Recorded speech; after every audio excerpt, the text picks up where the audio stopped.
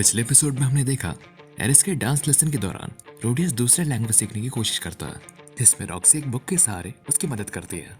पर birthday event में Eris से डांस ना हो पाने के कारण रोडियस मदद के लिए अपना हाथ आगे बढ़ाता है और साथ ही ग्रेडेड फैमिली के नाम पर दाग नहीं लगने देता।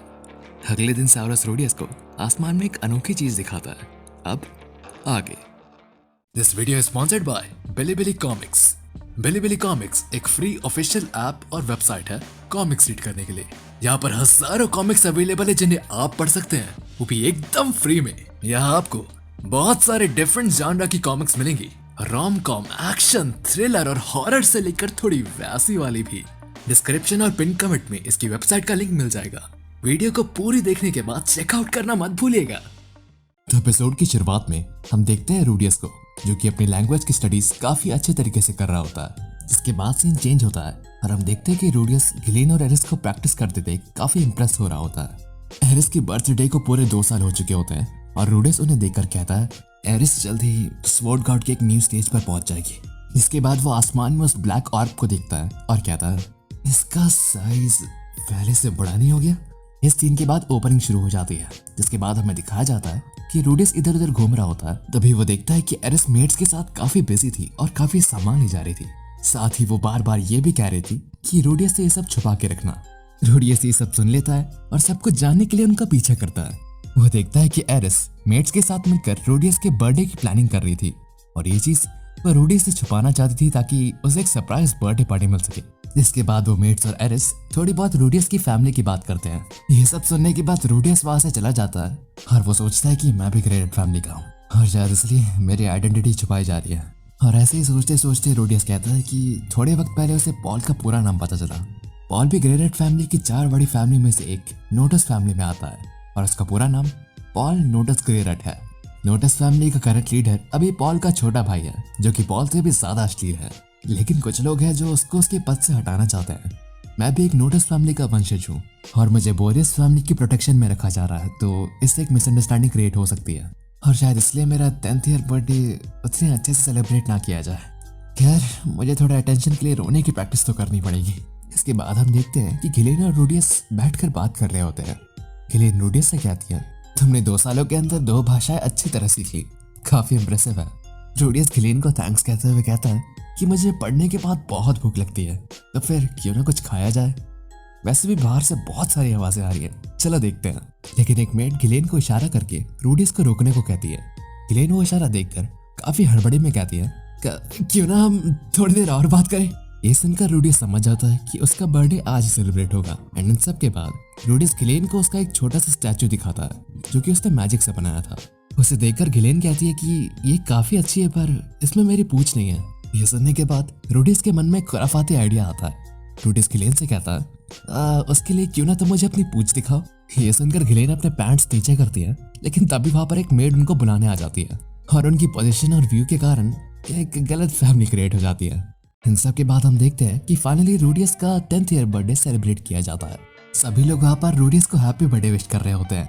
तभी एरिस वहाँ आती है और रोडियस को एक गुलदस्ता देकर उसे हैप्पी बर्थडे विश करती है। और अब रोडियस अपना प्लान शुरू करता है और रोने की झूठी एक्टिंग करता है, जो कि सबको काफी रियल लगती है।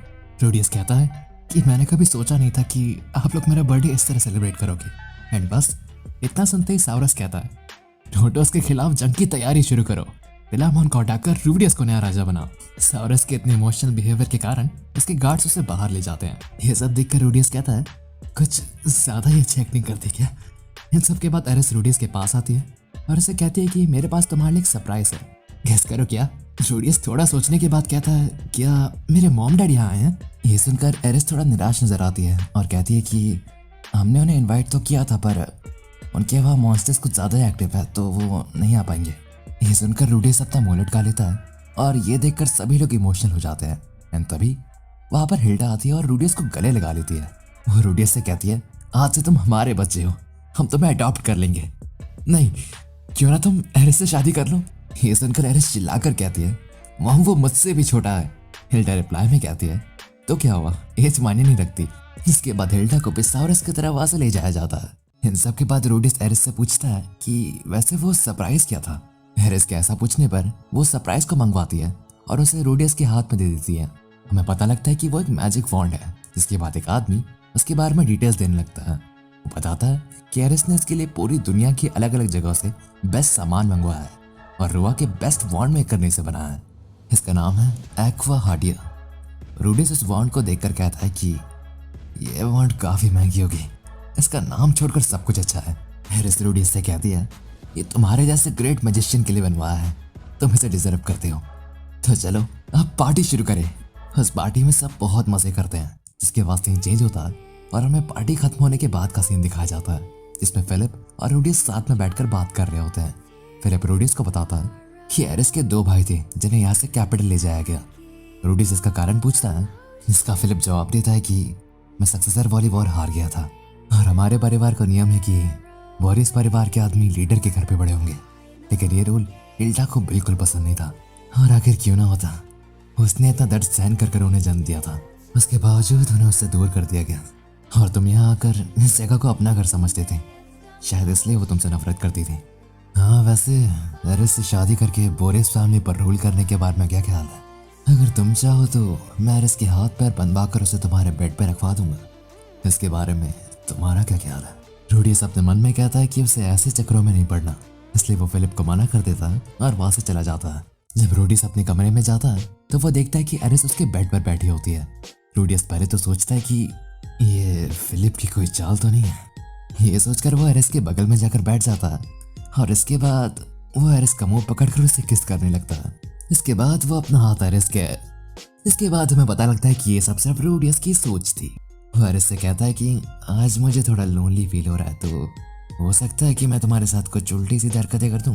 इसके बाद हमारे एरिस रिप्लाई में कहती है कि अगर तुम चाहो तो थोड़ा सा कर सकते हो। और गेस व्हाट, रूडियस वही करता है। शुरू में तो सब ठीक चल रहा होता है, लेकिन बाद में गड़बड़ हो जाती है। एरिस उसे बहुत जोर का पीट कर वहां से चली जाती है। रूडियस को काफी बुरा फील होता है, तो वो माफी मांगने का डिसाइड करता है। तभी हम देखते हैं कि एरिस डोर ओपन करती है और रूडियस से देखकर जल्दी जल्दी माफी मांगने लगता है। एरिस रूडियस को ये कहकर माफ कर देती है कि आज एक स्पेशल दिन है, तो मैंने तुम्हें माफ किया। और जाते जाते एरिस रूडियस से ये कहती जाती है कि जब तुम 15 के हो जाओगे तब हम ये सब कर सकते हैं, तब तक इसे रोक के रखो। रूडियस काफी खुश होता है ये सब सुनकर, लेकिन तभी उसे सिल्वी की याद आती है। जिसके बाद सीन चेंज होता है पॉल की तरफ। हम देखते हैं कि पॉल मॉन्स्टर से लड़ रहा होता है और उसके साथियों से बात करता है कि आजकल ये कुछ ज्यादा ही एक्टिव हो गए हैं। फिर सीन दिखाया जाता है नॉरन और जेनिथ का, जो कि आपस में खेल रहे होते हैं। लेकिन तभी वहाँ सेल्वी आती है और सेल्फी नॉन को हेलो वगैरह बोलती है। इसके बाद वो अंदर जाकर आयशा से बात करती है। जेनिथ सेल्फी की तारीफ करते हुए कहती है कि अब इसे कोई बुली नहीं करता, लेकिन अगर इसके सर पे एक रेड ग्राइमस्टोन लगा दिया जाए तो वो बिल्कुल सुपर रेस फारो जैसी लगेगी। नॉन सुपर रेस का नाम सुनकर जेनिथ से कहती है कि वो कौन होते हैं। जेनिथ नॉन को डराते हुए कहती है कि अगर वो तुम्हें मिल गए तो वो तुम्हें कच्चा चबा जाएंगे। एंड ये सुनकर नॉन रोने लगती है। तभी वहां पर पॉल आता है, जो कि नॉन को चुप कराता है। पॉल बताता है कि मॉन्स्टर्स आजकल कुछ ज्यादा एक्टिव हो गए हैं। ये कहकर वो सब खिड़की से बाहर देखते हैं आसमान की तरफ, जो कि काफी अजीब सा हो गया होता है। इसके बाद सीन चेंज होता है और हम देखते हैं रॉक्सी को, जो कि अब भी उस प्रिंस के कैसल में होती है। एंड जैसे ही वो बाहर देखती है तो उससे भी फिटोआ रीजन की तरफ काफी ज्यादा मैजिक एनर्जी दिखती है, वही बादल।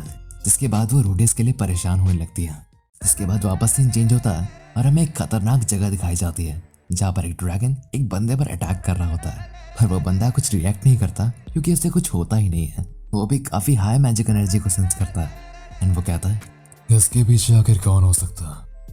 खैर मैं खुद ही पता लगा लूंगा। जिसके बाद सीन दोबारा चेंज होता है एंड हम देखते हैं एक छोटी लड़की को, जो कि खुद को डीमन रेल्म की एक ग्रेट एम्प्रेस बता रही होती है। उसका नाम किशिरिका किशिरुसु होता है। वो भी काफी ज्यादा हाई मैजिक पावर सेंस करती है एंड पता लगाने जाते हैं कि इसके पीछे आखिर है कौन।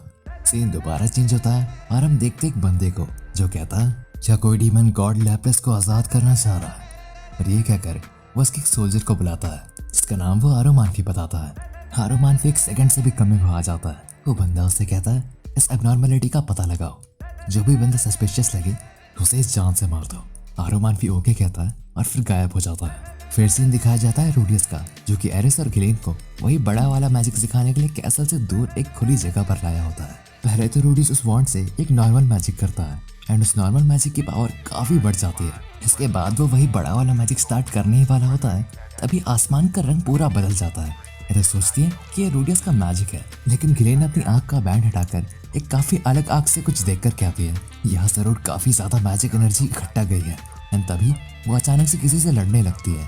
हम देखते हैं कि वो आरू मानफी होता है। आरू मानफी अपने इंट्रोडक्शन करता है। इसके बाद वो कहता है मैं लेजेंडरी हीरो पेरेगुस के कैसल से आया हूँ और मुझे लगता है कि इस लड़के को मारकर सारी प्रॉब्लम्स दूर हो जाएंगी। गिलेन कहती है कि मैं स्वॉर्ड किंग गिलेन हूँ और इनका इनसे कोई लेना देना नहीं है। लेकिन उतने में ही वो ब्लैक ऑर्ब जो आसमान में था वो रिएक्ट करता है और एक सफेद लाइट जमीन पर पड़ती है जो कि धीरे धीरे फैलने लगती है। आरू मानफी तो वहां से गायब हो जाता है और गिलेन उसके चपेट में आ जाती है। रोडियस भी भागता है पर एरिस गिर जाती है, जिसके बाद वो एरिस को पकड़ लेता है और वो दोनों ही इस लाइट के चपेट में आ जाते हैं। जाने से पहले बिली कॉमिक्स को चेकआउट करना ना भूले। वेबसाइट का लिंक आपको नीचे डिस्क्रिप्शन और पिन कमेंट में मिल जाएगा।